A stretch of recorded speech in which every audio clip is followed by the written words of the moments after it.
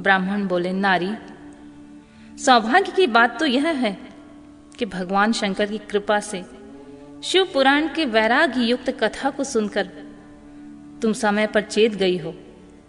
ब्राह्मण पत्नी, तुम डरो मत, भगवान शिव की शरण में जाओ। शिव की कृपा से सारा पाप तत्काल नष्ट हो जाता है। मैं तुमसे भगवान शिव की कार्तिक कथा से युक्त उस परम वस्तु का वर्णन करूंगा जिससे तुम्हें सदा सुख देने वाली उत्तम गति प्राप्त होगी। शिव की उत्तम कथा सुनने से ही तुम्हारी बुद्धि इस तरह पश्चाताप से युक्त एवं शुद्ध हो गई है। साथ ही तुम्हारे मन में विषयों के प्रति वैराग्य हो गया है। पश्चाताप ही पाप करने वाले पापियों के लिए सबसे बड़ा प्रायश्चित है। सत्पुरुषों ने सबके लिए पश्चाताप को ही समस्त पापों का शोधक बताया है। पश्चाताप से ही पाप की शुद्धि होती है। जो पश्चाताप करता है वही वास्तव में पापों का प्रायश्चित करता है, क्योंकि सत्पुरुषों ने समस्त पापों की शुद्धि के लिए जैसे प्रायश्चित का उपदेश किया है वह सब पश्चाताप से संपन्न हो जाता है। जो पुरुष विधि पूर्वक प्रायश्चित करके निर्भय हो जाता है वह अपने कुकर्म के लिए पश्चाताप नहीं करता है। उसे प्रायः उत्तम गति नहीं प्राप्त होती है, परंतु जिसे अपने कुकृत्य पर हार्दिक पश्चाताप होता है वह अवश्य उत्तम गति का भागी होता है। इसमें संशय नहीं है। इस शिव पुराण की कथा सुनने से जैसी चित्त शुद्धि होती है वैसी दूसरे उपायों से नहीं होती है। जैसे दर्पण साफ करने पर निर्मल हो जाता है, उसी प्रकार इस शिव पुराण की कथा से चित्त अत्यंत शुद्ध हो जाता है। इसमें संशय नहीं है। मनुष्य के शुद्ध चित्त में जगदम्बा पार्वती सहित भगवान शिव विराजमान रहते हैं। इससे वह विशुद्धात्मा पुरुष श्री साम्य सदाशिव को प्राप्त कर लेता है। इस उत्तम कथा का श्रवण समस्त मनुष्य के लिए कल्याण का बीज है। अतः यथोचित मार्ग में इसकी आराधना अर्थात सेवा करनी चाहिए। यह भव बंधन रूपी रोग का नाश करने वाली है। भगवान शिव की कथा को सुनकर फिर अपने हृदय में उसका मनन करते हुए निंध्या आसन करना चाहिए।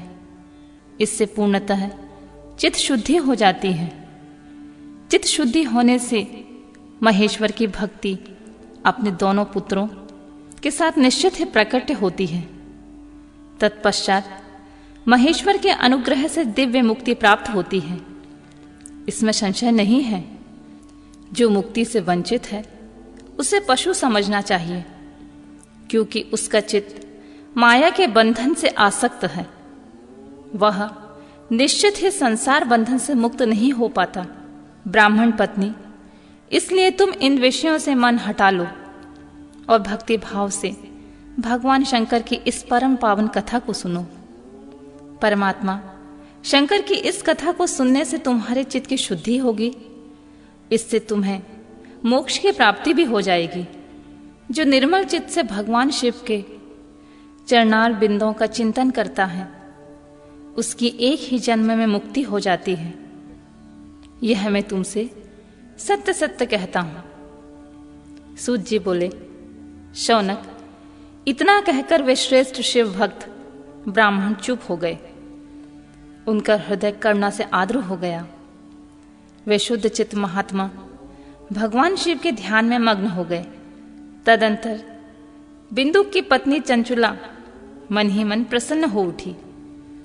ब्राह्मण का उक्त उपदेश सुनकर उसके नेत्रों में आनंद के आंसू छलक आए थे। वह ब्राह्मण पत्नी चंचुला हर्ष भरे हृदय से उन श्रेष्ठ ब्राह्मण के दोनों चरणों में गिर पड़ी और हाथ जोड़कर बोली, मैं कृतार्थ हो गई। तत्पश्चात उठकर वैराग्य युक्त उत्तम बुद्धि वाली वह स्त्री जो अपने पापों के कारण आतंकित थी, उन महान शिव भक्त ब्राह्मण से हाथ जोड़कर गद्यवाणी से बोली। चंचुला ने कहा, ब्राह्मण, शिव भक्तों में श्रेष्ठ स्वामिन, आप धन्य हैं, परमार्थदर्शी हैं। आप सदा परोपकार में लगे रहते हैं। इसीलिए श्रेष्ठ साधु पुरुषों में प्रशंसा के योग्य हैं। साधु, मैं नरक के समुद्र में गिर रही हूं, आप मेरा उद्धार कीजिए। पौराणिक अर्थ तत्व से संपन्न जिस सुंदर शिव पुराण की कथा को सुनकर मेरे मन में संपूर्ण विषयों से वैराग्य उत्पन्न हो गया है, उसी इस शिव पुराण को सुनने के लिए इस समय मेरे मन में बड़ी श्रद्धा हो रही है।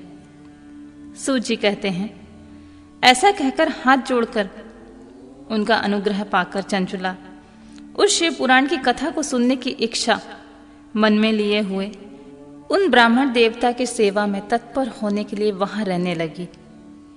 तदंतर शिव भक्तों में श्रेष्ठ और शुद्ध बुद्धि वाले ब्राह्मण देव ने उसी स्थान पर उस स्त्री को शिव पुराण की उत्तम कथा सुनाई। इस प्रकार उस गौकर्ण नामक महाक्षेत्र में स्त्री ने परम उत्तम कथा सुनी, जो भक्ति, ज्ञान और वैराग्य बढ़ाने वाली तथा मुक्ति देने वाली है। उस परम उत्तम कथा को सुनकर वह ब्राह्मण पत्नी अत्यंत कृतार्थ हो गई। उसका चित्त शुद्ध हो गया। फिर भगवान शिव के अनुग्रह से उसके हृदय में शिव के सद्गुण रूप का चिंतन होने लगा।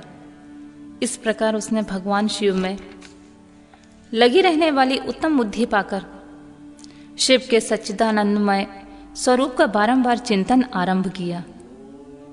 तत्पश्चात समय के पूरे होने पर भक्ति, ज्ञान और वैराग्य से युक्त चंचुला ने अपने शरीर को बिना किसी कष्ट के त्याग दिया।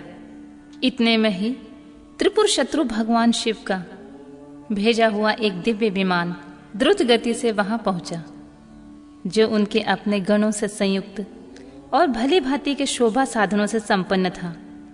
चंचुला उस विमान पर आरूढ़ हुई और भगवान शिव के श्रेष्ठ पार्षदों ने उसे तत्काल शिवपुरी में पहुंचा दिया। उसके सारे मल धुल गए थे। वह दिव्य रूप धारणी दिव्यांगना हो गई थी। उसके दिव्य अपव्यय उसकी शोभा बढ़ाते थे।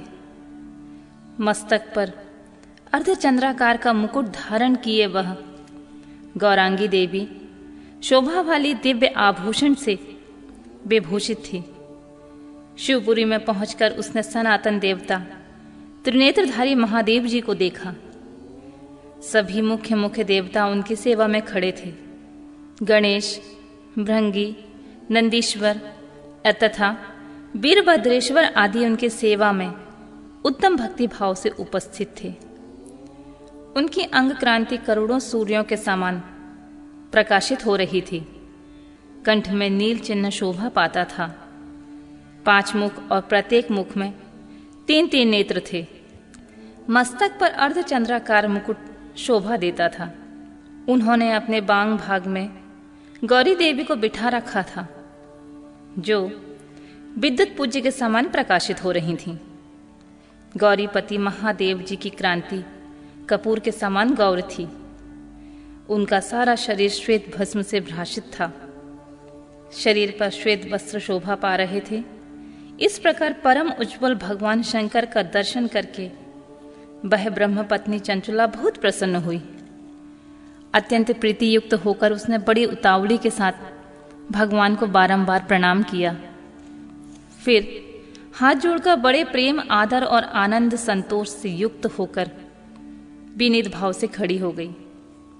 उसके नेत्रों में आनंद अश्रुओं की अविरल धारा बहने लगी तथा संपूर्ण शरीर में रोमांच हो गया। उसी समय भगवती पार्वती और भगवान शंकर ने उसे बड़ी करुणा के साथ अपने पास बुलाया और सौम्य दृष्टि उसके ऊपर डाली। पार्वती जी ने दिव्य रूप धारणी बिंदु प्रिया चंचुला को प्रेम पूर्वक अपनी सखी बना लिया। वह उस परमानंदन ज्योति स्वरूप सनातन धाम में अविचल निवास पाकर दिव्य सौम्य से संपन्न हो अक्षय सुख का अनुभव करने लगी।